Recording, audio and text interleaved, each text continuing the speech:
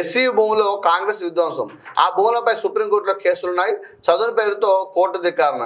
భూముల వేలం ప్రక్రియతో అరాచకానికి పరాకాష్ట. కేంద్ర మంత్రి బండి సంజయ్. ఇప్పుడు ఈ వార్తను మీరు గమనించిన మిత్రమా, ఒకసారి ఇదే వార్తను నేను వెలుగులోకి తీసుకొని మళ్ళీ ఇందులోకి వద్దాం ఒకసారి.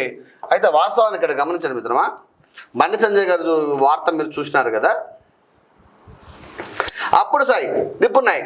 నాడు ప్రభుత్వ భూముల వేలంతో 30,000 కోట్ల పైన సమీకరించిన బీఆర్ఎస్.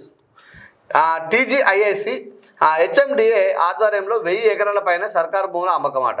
గత ప్రభుత్వ భూముల అమ్మకాల ప్రతిపాదనలో గచ్చిబౌలి ల్యాండ్స్ కూడా ఉండడం జరిగింది. అయితే కోర్టు కేసు ఉండడంలో వాయిదా వేసినట్టుగా చెప్తున్న అధికారం. అంటే అప్పుడున్న ప్రభుత్వమే దీన్ని ఖతం చేసేది, కానీ అప్పుడు కోర్టు కేసు ఉంది కాబట్టి దీన్ని ఆపి మిగతా 1000 ఎకరాలకు 30,000 కోట్లు జమ చేయడం జరిగింది. అప్పట్లో మీరు గమనించవచ్చు. ఒక్కసారిగా గచ్చిబౌలి ఏరియా లోపల, ఆ ప్రాంతం లోపల ఒక్కసారిగా ఇన్ని 100 కోట్లు వచ్చినాయి ఈ భూమికి, దానికన్నా డబల్ వచ్చినాయని చెప్పి మనం వార్త కూడా చదవడం జరిగింది. అయితే తీరా ఇప్పుడు ఆ భూములు స్వాధీనాన్ని తప్పబడుతున్న బీఆర్ఎస్ నేతలు.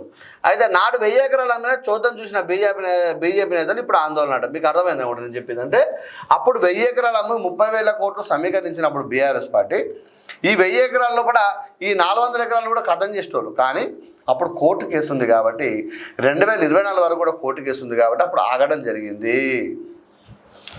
అయితే అప్పుడే వీళ్ళకు అప్పుడు 20-30,000 కోట్లు వచ్చేది శ్రీకాంత్ గారు. అది ఇక్కడ ఏమైంది, మినిమం 5-6,000 కోట్లు వచ్చేది. అప్పుడు ఏమేమి జరిగింది, కోర్టులో ఉంది కాబట్టి ఆగినారు. అప్పుడు బీజేపీ నేతలు ఏం చేసినారంటే 1000 ఎకరాలు అమ్మినా కూడా మరి అప్పుడు 1000 ఎకరాలు ఎట్లా అమ్ముతారు, భూములు ఎట్లా అమ్ముతారు, మీ సంక్షేమ పథకాల కోసం భూములు అమ్ముతారా, ఈ సంక్షేమ పథకాల కోసం ఈ భూములు అమ్ముకుంటూ పోతే రేపు పొద్దున అవసరం మీరు కుదవ పెడతా ఉన్నారు, అమ్ముతా ఉన్నారు అని చెప్పి మాట్లాడాల్సిన అవసరం అయితే ఉండేది కదా. వాస్తవమే. ఇప్పుడు వీళ్ళ సంక్షేమ పథకాల కోసం వాళ్ళైనా కానీ వీళ్ళైనా కానీ ఇలా భూములు అమ్ముకుంటూ పోతూ అప్పులు తెచ్చుకుంటూ పోతే లాస్ట్కి మనకేం మిగులుతుంది? ఇప్పటికీ 7 లక్షల అప్పు ఉంటే, 8 లక్షల అప్పు ఉంటే ఇంకో 3 లక్షల అప్పు అవుతుంది.